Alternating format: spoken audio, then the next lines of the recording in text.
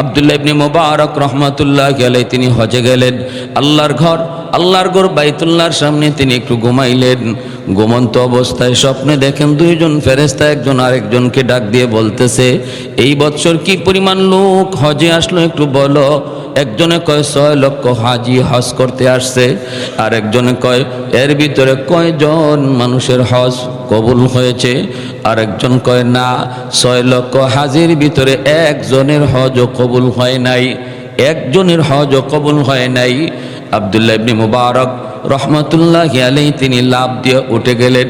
এত বড় বুজুর্গ, এত বড় মুহাদ্দিস, এত বড় মুজাহিদ, 6 মাস যিনি হাদিসের দরস দিতেন, 6 মাস যিনি জিহাদে থাকতেন, লাভ দিয়া ওইটা মাতাফির সামনে যায়া দাঁড়ায় আওয়াজ দিয়া কয়, ও আল্লাহর মেহমানেরা তাড়াতাড়ি করে তওবা ইস্তেগফারে বসে যাও, কারণ আমি স্বপ্ন যুগে দেখেছি বৎসর হাজির সংখ্যা হলো 6 লক্ষ, কিন্তু আমাকে এও জানানো হয়েছে, শোনানো হয়েছে 6 লক্ষর ভিতরে একজনের হজও কবুল হয় নাই। তোমরা তাড়াতাড়ি করে আল্লাহর কাছে তওবা ইস্তেগফারে বসে যাও। আবার তিনি মাতাফের মধ্যে ঘুমায় পড়লেন। একই স্বপ্ন দেখতেছেন, আবারও ঘুম থেকে উইটা আবার চিৎকার দিতে লাগলেন, কে কোথায় আছো, তাড়াতাড়ি করে তোমরা আল্লাহর গুণগানে লিপ্ত হয়ে যাও। আল্লাহ পাকের কাছ থেকে যদ্দূর জানলাম, যদ্দূর শুনলাম, কারো হজ কবুল হয় নাই। কারণ হজ কবুল হয় না নিয়তে যদি গরমিল থাকে। কেউ যদি মনে করে আমার হজ হাজি মানুষ নাম লাগানোর জন্য, আলহাজ লাগানোর জন্য, মানুষ আমাকে কি বলবে, এত পয়সা হয়েছে এখনো হজ করে না, হজ কবুল হবে? হারাম টাকা দিয়া যদি কেউ হজে যায় হজ কবুল হবে? হবে না। এজন্য কারো বুঝি হজ কবুল হয় নাই।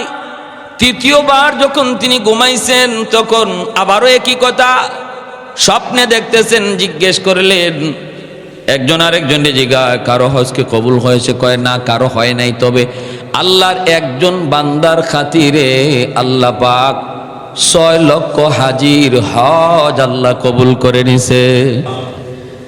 কে গো সে কে? আব্দুল্লাহ ইবনে মুবারক ডাক দিয়া কয়, কে সে, কি তার পরিচয়? সে কি হজে আসছে? কয় না, সে হজই আসে নাই। সুবহানাল্লাহ, জোরে কোন না। সে হজই আসে নাই, অথচ তার উসিলায় হাজিদের হজ আল্লাহ কবুল করে। আব্দুল্লাহ ইবনে মুবারক কয়, নাম কি তার, বাড়ি কোথায়, তারে কি পাওয়া যাবে? কয় হ্যাঁ পাওয়া যাবে, তার বাড়ি হলো দামেস্ক। নাম কি তার? কয় নাম হলো আলী ইবনে মাফ। হযরত আব্দুল্লাহ ইবনে মুবারক তিনি আর দেরি করলেন না, সোজা তার খোঁজে দামেস্কে চলে গেলেন। দামেস্কে চলে গিয়া বাজার ঠিকানা সবকিছু তিনি স্বপ্ন যুগে লইলেন। মানুষকে জিজ্ঞেস করেন, আলী ইবনে মাফকে চিনোনি? মানুষে কয়, এই নামে যদি কোনো মানুষ থাকে সে তো সাধারণ একজন মানুষ। সামনে যায় দেখেন বাজারের এক কোনায় রাস্তায় বসে বসে মানুষের জুতা কালি করে।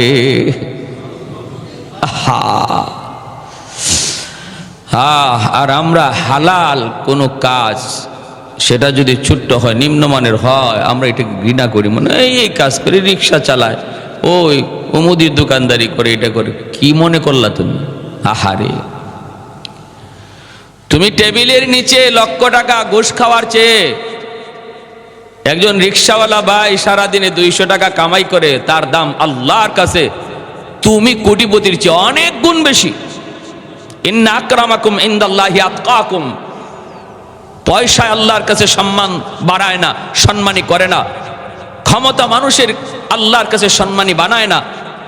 আল্লাহর কাছে সম্মানী হতে হয় তাকওয়ার দ্বারা, খোদা ভীরু দ্বারা। যে মানুষ হারাম খায় না, হালাল পথে চলে, কষ্ট হলো, আল্লাহ বলেন তার অন্তরে আমি আল্লাহর ভয়। আর সে মনে রাখবা তোমাদের মধ্যে সবচেয়ে সম্মানী মানুষ লোভ করে না হারামের দিকে। এই জন্য আমার নানা শ্বশুর আজকে দুনিয়াতে নাই, আমার শ্বশুরও তো নাই। এখানে বসে কতদিন বয়ান করলেন আমার শ্বশুর। আল্লাহ পাক দুজনকে জান্নাতের আলা মাকাম দান করুন। আমার নানা শ্বশুর যিনি ছিলেন 50 বছর বুখারী শরীফ শুধু পড়াইছেন। 50 বছর বুখারী পুরা মুখস্থ হয়ে গেছিল। আমি শেষ বয়সে আমার বিয়ের পরে 6 মাস পাইছি।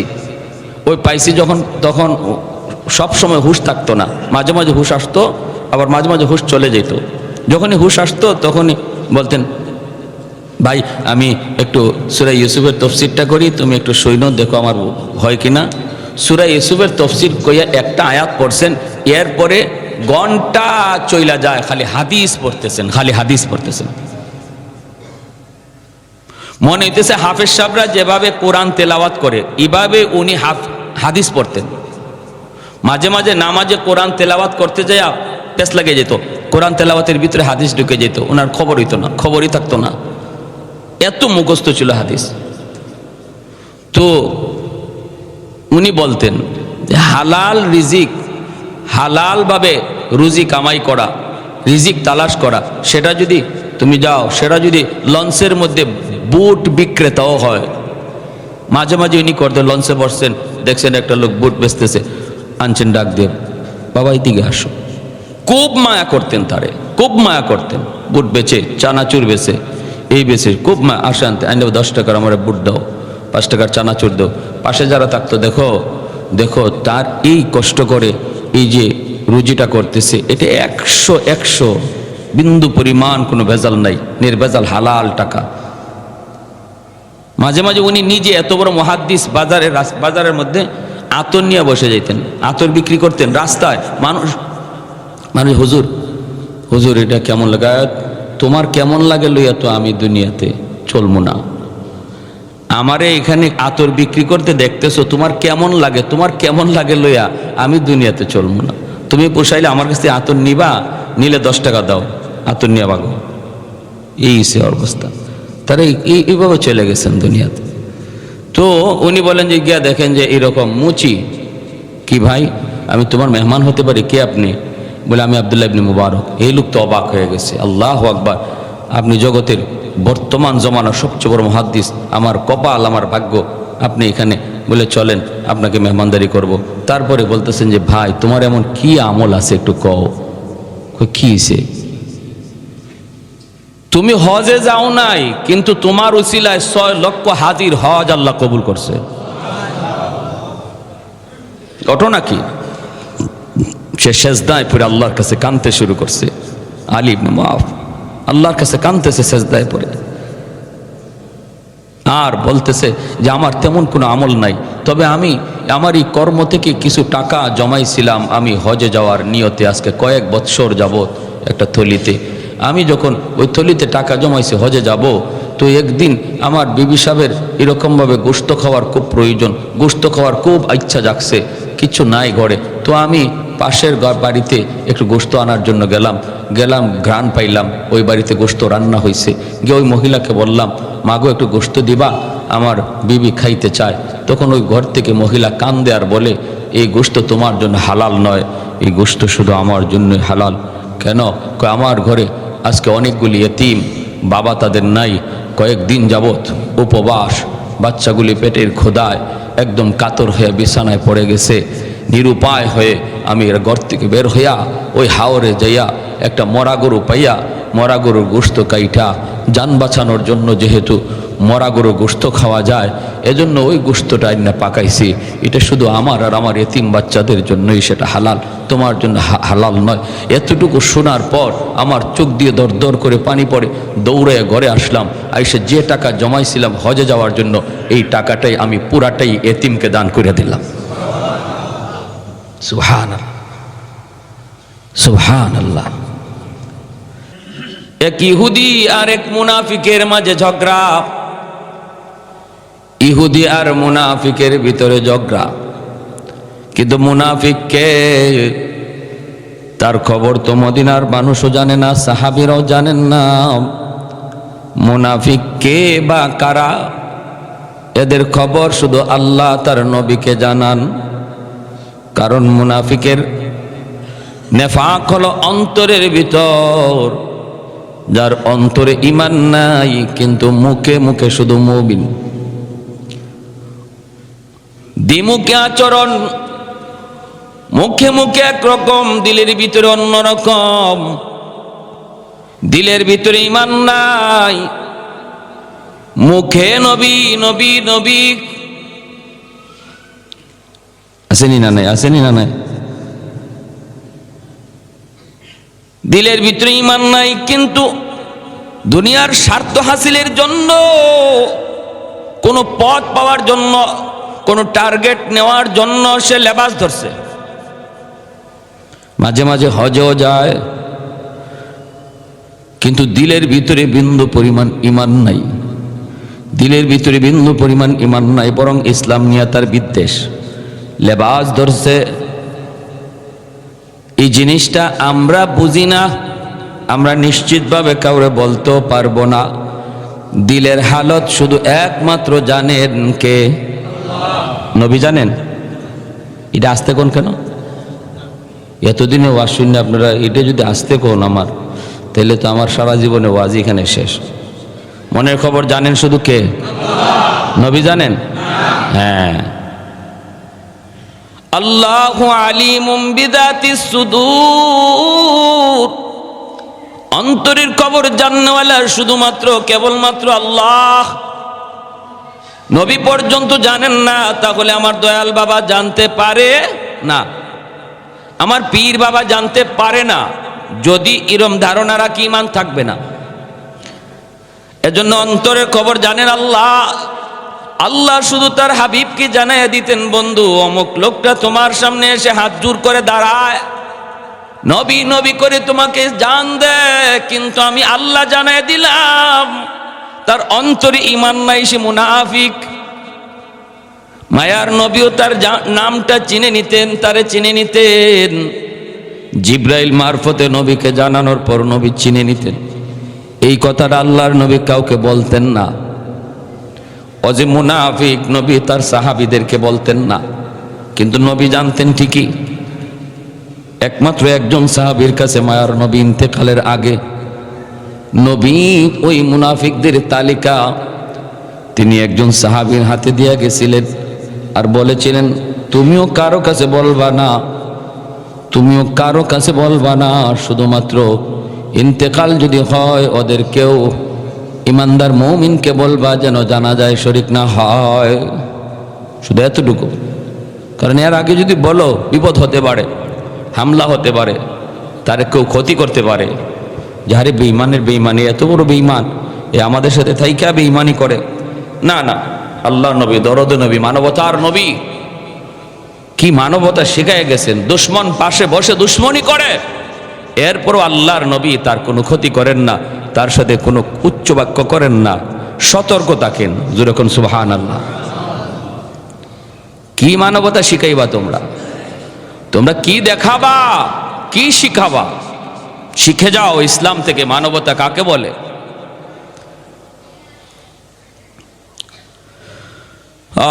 তো এরকম এক মুনাফিক আর এক ইহুদির মাঝে লাগছে ঝগড়া। মুনাফিক তো নিজের মুসলমান পরিচয় দেয়, তাহলে তার তো কোনো টেনশন নাই। ইহুদি কইতেছে, চলো আমাদের নেতার কাছে যাব না, বিচার তোমাদের নেতার কাছে নিয়ে যাব, মুহাম্মদুর রাসূলুল্লাহর কাছে। কারণ মদিনায় ইহুদিরা কাব ইবনে আশরাফ তাদের লিডার, তার কাছে যেত না বিচার নিয়া ইহুদিরাও তাদের নিজস্ব বিচার মুহাম্মদুর রাসূলুল্লাহ সাল্লাল্লাহু আলাইহি ওয়াসাল্লামের কাছে হাজির হইতো মদিনার ইহুদিরা। কারণ ওরা জানতো যে মুহাম্মদুর রাসূলুল্লাহ বিচার করার ক্ষেত্রে কে কোন ধর্মের, কে কার ভাই, কে কার ছেলে, কে কার দুলাভাই, এগুলা মুহাম্মদুর রাসূলুল্লাহর কাছে নাই। এটা ইহুদিরা ভালো করে বুঝতো। এজন্য ওরাই ওদের নেতা বাদ দিয়া নবীজির কাছে বিচার নিয়ে হাজির হইতো। এই মদিনার ইহুদি সেই প্রস্তাব দিতেছে, চলো মুহাম্মদুর রাসূলুল্লাহর কাছে যাই, তোমাদের নবীর কাছে যাই। সে তো খুশি মুনাফিক, তার তো কয় ঠিক আছে চলো। আইসা বিচার শুনাইছে, আল্লাহর নবী সবকিছু শুনে রায় দিয়ে দিয়েছেন ইহুদির পক্ষে। কারণ নবী দেখতেছেন ইহুদি ন্যায়সঙ্গত, ন্যায়ের পক্ষে, আর সে অন্যায় করছে। ওই সময়টা তো এই লোকটা যে মুনাফিক এটা আল্লাহ নবী জানেন না। তখনও এই লোকটা যে মুনাফিক আল্লাহ নবী জানেন না, মানে আল্লাহ জানান নাই। নবী তখনও জানতেন, নবীর সাহাবী, তখনও নবী জানতেন উনি মুসলমান। আর ইনি ইহুদি, একজন সাহাবী আর একজন ইহুদি, নবী তাই জানতেন। এ সত্য নবীজি বিচারের রায় দিলেন ইহুদির পক্ষে আর সাহাবীর বিপক্ষে। এই রায়টা দেওয়ার পরে ও বলতেছে যে ঠিক আছে চলো বের হই। তখন বাইরে আসছে, আয়েশা মনে মনে ভাবতেছে যে নবী হয়ে আমার বিপক্ষে রায়টা দিয়ে দিল, ওই যে মুনাফিক যে, এই জন্য ওই যে নবীর রায়টারে মানতে পারতেছে না। কয়েক কাজ করো, চলো উমরের কাছে যাই, চলো উমরের কাছে যাই। কারণ ওর ধারণা হলো উমর কাফির কুফফারের ব্যাপারে খুব শক্ত মানুষ, মনে হয় উমরের কাছে লয়ে গেলে পরে বিচারের রায় আমার পক্ষে আসবে, চলো উমরের কাছে যাই। হে মানতেছে না, কয় না আমি রায় মানি না, আমাদের নবীর রায় মানি না, আমি উমরের কাছে যাব, চলো উমরের কাছে যাই। ইহুদি বেচারা এখন ঠিক আছে চলো যাই, তুমি আমার জিনিস যদি না দাও আমি তো জোর করে নিতে পারবো না, যার কাছে যাইতে বলবা তার কাছেই যাইতে হবে, কি করার আর, চলো যাই উমরের কাছে যাই। হযরত উমর ফারুক রাদিয়াল্লাহু তাআলা আনহুর কাছে আসলো। উমর ফারুক রাদিয়াল্লাহু তাআলা আনহুর কাছে আইসেই ওই ইহুদি আগে বলতেছে যে মামলা আপনার কাছে এনেছি, তবে মামলাটা এর আগে নবীর দরবারে ছিল, আপনাদের নবীর দরবারে। তারপর নবী যে রায় দিছেন কিন্তু রায়টা তার মনোভূত হইতেছে না, রায়টা আমার পক্ষে গেছে, এজন্য আপনার কাছে বিচার নিয়ে আসছে। বিচারটা হলো এই, আমাদের সমস্যাটা হলো এই। হযরত ওমর রাদিয়াল্লাহু তাআলা বলেন কি ব্যাপার, বিচার নবীজির কাছে নিয়ে গেছিলেন নাকি? মুনাফিকরে বলতেছেন। বলে হ্যাঁ। হযরত ওমরও তখন জানেন সে মুসলমান, বিচার নবীজির কাছে গেছিল নাকি? বলে জি। বিচার নবী করেন নাই? বলে জি নবীজি করছেন, কিন্তু আমার বুঝে পড়ে না। তো হযরত ওমর বলেন আমি বুঝে পড়ার ব্যবস্থা করতেছি, একটু বসো। এখানে বসায় তুই ভিতরে ঢুকছেন, ঢুকে তলোয়ারটা নিয়ে আইছেন। তলোয়ারটা আইনা একদম মুহূর্তের ভিতরে এক কুবে তোর কল্লা আলাদা। আর শুধু এতটুকু বলছেন মুহাম্মদুর রাসূলুল্লাহ সাল্লাল্লাহু আলাইহি ওয়াসাল্লাম রহমতের নবীর বিচার যে মানতে পারে না তার বিচার এটাই উত্তম, এই বলে খতম শেষ। এখন তার আত্মীয় স্বজন যারা আছিল সব নবীজির কাছে বিচার নিয়ে আসছে। ওমর মুসলমানকে হত্যা করছে, জটিল মামলা, নবীর আদালতে হযরত ওমর খুনি, ওমরের বিরুদ্ধে খুনের মামলা। এত বড় জলিল কদর সাহাবী, আল্লাহর নবী চিন্তায় পড়ে গেলেন। শরীয়তের বিধি মোতাবেক খুনের বদলা খুন, আল কাতলু বিল কাতল, কেউ যদি কাউকে খুন করে তার বদলে তার খুন করতে হবে, তাহলে এটা কোরআনের আইন। হযরত ওমর ফারুক রাদিয়াল্লাহু তাআলা আনহুর বিরুদ্ধে রায় তো এমনই হবে। নবী চিন্তায় পড়ে গেছেন, মদিনার সমস্ত মানুষ চিন্তায় পড়ে গেল এখন কি হবে। ওমর আল্লাহর কাছে ফয়সালা চাইলেন, আল্লাহ তুমি উত্তম ফয়সালাকারী, তুমি উত্তম ফয়সালা করো। আমি এটা বুঝছি আমার নবীর বিচার যে মানতে পারে না তার বিচার এর চেয়ে ভালো হওয়ার কোনো আশা করা যায় না। করছেন আল্লাহ পাক সাথে সাথে পবিত্র কোরআনের আয়াত নাজিল করে জিব্রাইলকে পাঠায় বলতেছেন যাও আমার বন্ধুকে জানায় দাও যারে হত্যা করা হয়েছে সে মুমিন নয়, সে মুনাফিক। আল্লাহ পরিচয় দিয়ে দিয়েছেন আর বলতেছেন উমরের বিচার যা করেছে এই বিচারের পক্ষে আল্লাহর রায় আছে। যেরকম সুবহানাল্লাহ। ওমর যে সিদ্ধান্ত নিয়েছে আল্লাহও তার একই সিদ্ধান্তে রাজি। এজন্য পবিত্র কোরআনের প্রায় 20-এরও উপরে অনেক জায়গায় 21 থেকে 27টা জায়গায় হযরত ওমর ফারুক রাদিয়াল্লাহু তাআলা আনহু তিনি যে রায় দিয়েছেন আরশের মালিক তিনি ওই রায় দিয়েছেন। সুবহানাল্লাহ, 1-2 জায়গা নয়। এজন্য ঈমান ভঙ্গের কারণ সমূহের মধ্যে উল্লেখযোগ্য একটা কারণ হলো কেউ যদি নবীর সিদ্ধান্ত জানার পরেও এটা মানতে না পারে যে এটা মুহাম্মদুর রাসূলুল্লাহ সাল্লাল্লাহু আলাইহি ইসলামের সিদ্ধান্ত, এটা আমার নবীর রায়, এটা জানার পরেও যদি কেউ না মানে অথবা দিল থেকে মানতে না পারে তাহলে তার ঈমান থাকবে না যাবে? ঈমান চলে যাবে, ঈমান চলে যাবে, ঈমান থাকবে না। এজন্য ঈমান ভঙ্গের কারণগুলা আজ 3টা জুম্মা যাবত আমি আপনাদেরকে অল্প অল্প করে শোনাইলাম। এর মধ্যে উল্লেখযোগ্য আরেকটা কারণ হলো কোনো মানুষকে কেউ যদি শরীয়তের ঊর্ধ্বে মনে করে, কোনো মানুষকে কেউ যদি শরীয়তের ঊর্ধ্বে মনে করে তাহলে তার ঈমান থাকে না, যায়, চলে যায়। সে যত বড় বুজুর্গ হোক, যত বড় আল্লাহওয়ালা হোক, সে যত বড় পীর হোক, যত বড় কুতুব হোক, আমার দৃষ্টিতে আমার পীর যত বড় কুতুব হোক, যদি আমি বলি আমার পীরের শরীয়ত লাগে না, তিনি শরীয়তের ঊর্ধ্বে, সাথে সাথে ঈমান চলে যাবে, সাথে সাথে। ওযু ভঙ্গের কারণ তো জানতেছি মোটামুটি, নামাজ ভঙ্গের কারণ, ঈমান ভঙ্গের কারণ কতবার কয়বার আলোচনা করি আর করবার শুনি। হ্যাঁ,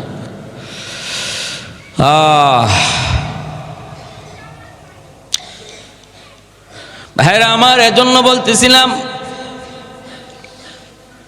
আল্লাহর নবী, রহমতের নবী, মায়ার নবী, আল্লাহ নবী, রহমতের নবী, মায়ার নবীর যে সিদ্ধান্তগুলা, নবীজির যে মত, এই মতটাকে নিজের মত মনে করা, নবীর পথটারে নিজের পথ মনে করা, নবীর তরিকাকে নিজের তরিকা মনে করা, নবীর তরিকার চেয়ে অন্য কোনো তরিকাকে যদি আমি বেশি পছন্দ দেই, নবীর তরিকার চেয়ে অন্য কোনো তরিকাকে যদি আমি বেশি দিলে জায়গা দিই, তাহলে ঈমান খতরার ভিতরে আছে, প্রচণ্ডভাবে খতরার ভিতরে আছে। ভাইরা, জন্যই সর্বদা খেয়াল রাখা, আমার এত বড় দৌলত, দৌলতে ঈমান, আল্লাহ আমাকে এত মায়া করে, এত দয়া করে আল্লাহ আমাকে দিয়েছেন, যার জন্য কোনো দরখাস্ত ছিল না, যার জন্য কোনো আবদার ছিল না, যার জন্য আল্লাহর কাছে আমার কোনো ধরনের অ্যাপ্লিকেশনও ছিল না। এত দয়া করে, এত মায়া করে যেই মালিক আমাকে এত বড় দৌলত আমাকে দান করলেন, সেই দৌলত যেন হেফাজত থাকে। কারণ যে জিনিস যত দামি হয়, এই জিনিসের ডাকাত তত বড় হয়, ঠিক না? যে জিনিসের যত মূল্য বেশি হয়, এই জিনিসের ডাকাত তত এক্সপার্ট হয়। গ্রামের চোর আর ব্যাংক ডাকাত কোনোদিন এক নয়। গ্রামের চোর অশিক্ষিত, ও চিনে না, আর ব্যাংক ডাকাত সে কম্পিউটার চালানি ভালো করে জানে, ঠিক কিনা? লোক কেমনে খুলতে হয় ওটা ভালো করে জানে। সাধারণ কোনো শিক্ষিত নয়। এজন্য যে জিনিস যত দামি হয়, এই জিনিসের ডাকাত তত বড় হয়, এই জিনিসের চোর তত অভিজ্ঞ হয়। এই দুনিয়ার সবচেয়ে বড় দৌলত যেহেতু ঈমান, এজন্য ঈমানের ডাকাত হলো দুনিয়ার সবচেয়ে বড় পাওয়ারফুল। কারণ ঈমানের ডাকাত হলো ইবলিস, আর দুনিয়ার ডাকাত হাতে নাতে ধরা যায়। মালের ডাকাত, টাকা পয়সার চোর হাতে নাতে ধরা যায়, কিন্তু ঈমানের ডাকাতকে হাতে নাতে ধরা যায় না। দুনিয়ার চোরকে দেখা যায়, কিন্তু ঈমানের চোর আর ডাকাতকে দেখাই যায় না। তাহলে এটা কত বড় ডাকাত! ভাইরা, আমার জন্য বলতেছিলাম একটু মনোযোগ দিয়া সর্বদা খেয়াল রাখবো, আমার আমলের ভিতরে যেন ইখলাস থাকে, আমার আমলের ভিতরে যেন নিয়ত ভালো থাকে, আমার আমলের ভিতরে যেন আল্লাহর রেজামন্দি থাকে, আল্লাহকে খুশি করা এই নিয়ত থাকে, লোক দেখানো ভাব যেন অন্তরের ভিতরে না থাকে। আব্দুল্লাহ ইবনে মুবারক রহমাতুল্লাহি আলাইহি তিনি হজে গেলেন, আল্লাহর ঘর বাইতুল্লাহর সামনে তিনি একটু ঘুমাইলেন। ঘুমন্ত অবস্থায় স্বপ্নে দেখেন দুইজন ফেরেশতা একজন আরেকজনকে ডাক দিয়ে বলতেছে, এই বছর কি পরিমাণ লোক হজে আসলো একটু বলো। একজনে কয় 6 লক্ষ হাজি হজ করতে আসছে, আর একজনে কয় এর ভিতরে কয়জন মানুষের হজ কবুল হয়েছে, আর একজন কয় না, 6 লক্ষ হাজির ভিতরে একজনের হজও কবুল হয় নাই, একজনের হজও কবুল হয় নাই। আব্দুল্লাহ ইবনে মুবারক রহমাতুল্লাহি আলাইহি তিনি লাফ দিয়ে উঠে গেলেন। এত বড় বুজুর্গ, এত বড় মুহাদ্দিস, এত বড় মুজাহিদ, 6 মাস যিনি হাদিসের দরস দিতেন, 6 মাস যিনি জিহাদে থাকতেন, লাফ দিয়া উইটা মাতাফির সামনে যায় দাঁড়ায় আওয়াজ দিয়া কয়, ও আল্লাহর মেহমানেরা, তাড়াতাড়ি করে তওবা ইস্তেগফারে বসে যাও। কারণ আমি স্বপ্ন যুগে দেখেছি বৎসর হাজির সংখ্যা হলো 6 লক্ষ, কিন্তু আমাকে এও জানানো হয়েছে, শোনানো হয়েছে 6 লক্ষর ভিতরে একজনের হজও কবুল হয় নাই। তোমরা তাড়াতাড়ি করে আল্লাহর কাছে তওবা ইস্তেগফারে বসে যাও। আবার তিনি মাতাফের মধ্যে ঘুমায় পড়লেন, একই স্বপ্ন দেখতেছেন।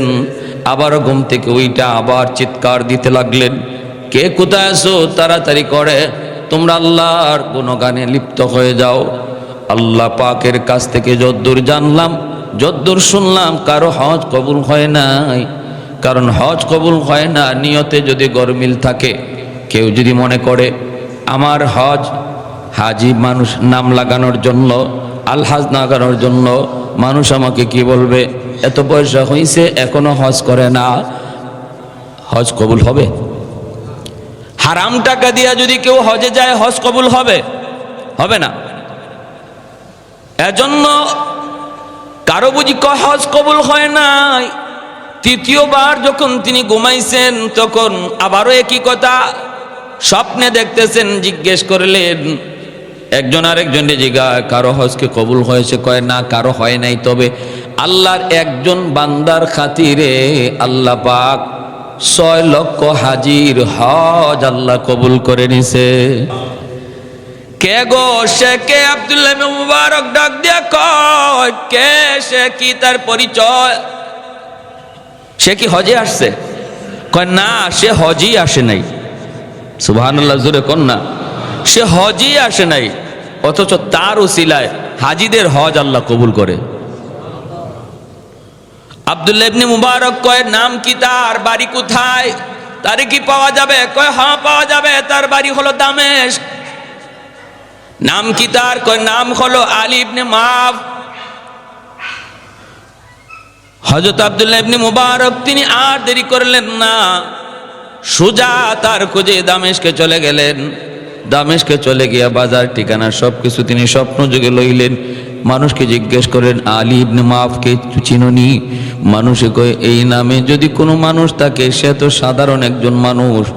সামনে যায় দেখেন বাজারের এক কোনায় রাস্তায় বসে বসে মানুষের জুতা কালি করে।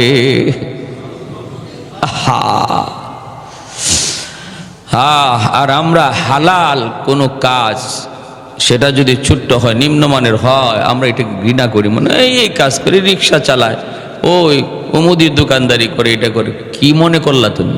আহারে, তুমি টেবিলের নিচে লক্ষ টাকা ঘুষ খাওয়ার চেয়ে একজন রিক্সাওয়ালা ভাই সারাদিনে 200 টাকা কামাই করে, তার দাম আল্লাহর কাছে তুমি কোটিপতির চেয়ে অনেক গুণ বেশি। ইন্না আকরামাকুম ইনদাল্লাহি আতকাকুম। পয়সায় আল্লাহর কাছে সম্মান বাড়ায় না, সম্মানী করে না। ক্ষমতা মানুষের আল্লাহর কাছে সম্মানী বানায় না। আল্লাহর কাছে সম্মানী হতে হয় তাকওয়ার দ্বারা, খোদা ভীরু দ্বারা। যে মানুষ হারাম খায় না, হালাল পথে চলে, কষ্ট হলো, আল্লাহ বলেন তার অন্তরে আমি আল্লাহর ভয়। আর সে মনে রাখবা তোমাদের মধ্যে সবচেয়ে সম্মানী মানুষ লোভ করে না হারামের দিকে। এই জন্য আমার নানা শ্বশুর আজকে দুনিয়াতে নাই, আমার শ্বশুরও তো নাই। এখানে বসে কতদিন বয়ান করলেন আমার শ্বশুর। আল্লাহ পাক দুজনকে জান্নাতের আলা মাকাম দান করুন। আমার নানা শ্বশুর যিনি ছিলেন 50 বছর বুখারী শরীফ শুধু পড়াইছেন। 50 বছর বুখারী পুরা মুখস্থ হয়ে গেছিল। আমি শেষ বয়সে, আমার বিয়ের পরে 6 মাস পাইছি। ওই পাইছি যখন, তখন সব সময় হুঁশ থাকতো না। মাঝে মাঝে হুঁশ আসতো, আবার মাঝে মাঝে হুঁশ চলে যেত। যখনই হুঁশ আসতো তখনই বলতেন, ভাই আমি একটু সূরা ইউসুফের তফসিরটা করি, তুমি একটু সৈন্য দেখো আমার হয় কিনা। সূরা ইউসুফের তফসির কইয়া একটা আয়াত পড়ছেন, এরপরে ঘন্টা চইলা যায় খালি হাদিস পড়তেছেন, খালি হাদিস পড়তেছেন। মনে হইতেছে হাফেজ সাহেবরা যেভাবে কোরআন তেলাওয়াত করে এভাবে উনি হাদিস পড়তেন। মাঝে মাঝে নামাজে কোরআন তেলাওয়াত করতে যায় পেছ লাগে যেত, কোরআন তেলাওয়াতের ভিতরে হাদিস ঢুকে যেত, ওনার খবর হইতো না, খবরই থাকতো না, এত মুখস্থ ছিল হাদিস। তো উনি বলতেন যে হালাল রিজিক, হালালভাবে রুজি কামাই করা, রিজিক তালাশ করা, সেটা যদি তুমি যাও, সেটা যদি লঞ্চের মধ্যে বুট বিক্রেতাও হয়। মাঝে মাঝে উনি করতেন, লঞ্চে বসছেন, দেখছেন একটা লোক বুট বেচতেছে, আনছেন ডাক দিয়ে, বাবা এদিকে আসো। খুব মায়া করতেন তারে, খুব মায়া করতেন।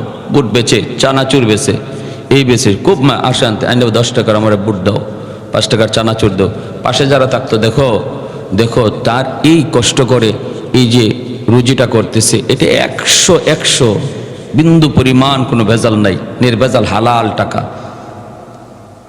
মাঝে মাঝে উনি নিজে এত বড় মুহাদ্দিস, বাজারের মধ্যে আতর নিয়ে বসে যাইতেন, আতর বিক্রি করতেন রাস্তায়। মানুষ মানে হুজুর হুজুর এটা কেমন লাগে, তোমার কেমন লাগে লইয়া তো আমি দুনিয়াতে চলবো না। আমারে এখানে আতর বিক্রি করতে দেখতেছো, তোমার কেমন লাগে, তোমার কেমন লাগে লইয়া আমি দুনিয়াতে চলবো না। তুমি পোষাইলে আমার কাছে আতর নিবা, নিলে 10 টাকা দাও, আতর নিয়ে ভাগো। এই সে অবস্থা, তারা এইভাবে চলে গেছেন দুনিয়াতে। তো উনি বলেন যে গিয়া দেখেন যে এরকম মুচি। কি ভাই, আমি তোমার মেহমান হতে পারি? কে আপনি? বলে আমি আব্দুল্লাহ ইবনে মুবারক। এই লোক তো অবাক হয়ে গেছে। আল্লাহু আকবার, আপনি জগতের বর্তমান জমানার সবচেয়ে বড় মুহাদ্দিস, আমার কপাল, আমার ভাগ্য, আপনি এখানে। বলে চলেন আপনাকে মেহমানদারি করব। তারপরে বলতেছেন যে ভাই তোমার এমন কি আমল আছে একটু কও। কি সে? তুমি হজে যাও নাই, কিন্তু তোমার উসিলায় 6 লক্ষ হাজির হজ আল্লাহ কবুল করছে। ঘটনা কি? সে সেজদায় পড়ে আল্লাহর কাছে কাঁদতে শুরু করছে। আলী ইবনে মুআফ আল্লাহর কাছে কাঁদতেছে সেজদায় পড়ে, আর বলতেছে যে আমার তেমন কোনো আমল নাই, তবে আমি আমার এই কর্ম থেকে কিছু টাকা জমাইছিলাম আমি হজে যাওয়ার নিয়তে। আজকে কয়েক বৎসর যাবত একটা থলিতে, আমি যখন ওই থলিতে টাকা জমাইছি হজে যাব, তো একদিন আমার বিবি সাহেবের এরকমভাবে গোশত খাওয়ার খুব প্রয়োজন, গোশত খাওয়ার খুব ইচ্ছা জাগছে, কিছু নাই ঘরে। তো আমি পাশের বাড়িতে একটু গোশত আনার জন্য গেলাম, ঘ্রাণ পাইলাম ওই বাড়িতে গোশত রান্না হয়েছে। গিয়ে ওই মহিলাকে বললাম, মাগো একটু গোশত দিবা, আমার বিবি খাইতে চায়। তখন ওই ঘর থেকে মহিলা কান্দে আর বলে, এই গোশত তোমার জন্য হালাল নয়, এই গোশত শুধু আমার জন্যই হালাল। কেন? আমার ঘরে আজকে অনেকগুলি এতিম, বাবা তাদের নাই, কয়েকদিন যাবত উপবাস, বাচ্চাগুলি পেটের ক্ষুধায় একদম কাতর হয়ে বিছানায় পড়ে গেছে। নিরুপায় হয়ে আমি এর ঘর থেকে বের হইয়া ওই হাওরে যাইয়া একটা মরা গরু পাইয়া, মরা গরুর গোশত কাইটা, যান বাঁচানোর জন্য যেহেতু মরা গরুর গোশত খাওয়া যায়, এজন্য ওই গোশতটা আইনা পাকাইছি। এটা শুধু আমার আর আমার এতিম বাচ্চাদের জন্যই সেটা হালাল, তোমার জন্য হালাল নয়। এতটুকু শোনার পর আমার চোখ দিয়ে দর দর করে পানি পড়ে, দৌড়ে ঘরে আসলাম। আইসে যে টাকা জমাইছিলাম হজে যাওয়ার জন্য, এই টাকাটাই আমি পুরাটাই এতিমকে দান করে দিলাম। সুবহানাল্লাহ, সুবহানাল্লাহ। এজন্যই মুহাদ্দিসিনে কেরাম বলেন, যার উপর একবার হজ ফরজ হয়েছে তার উত্তম একবারই করা, এরপরে বারবার উমরায় যাওয়া।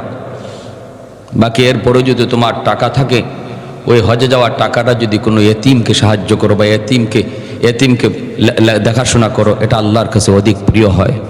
মানুষের সেবায় যদি টাকাটা ব্যয়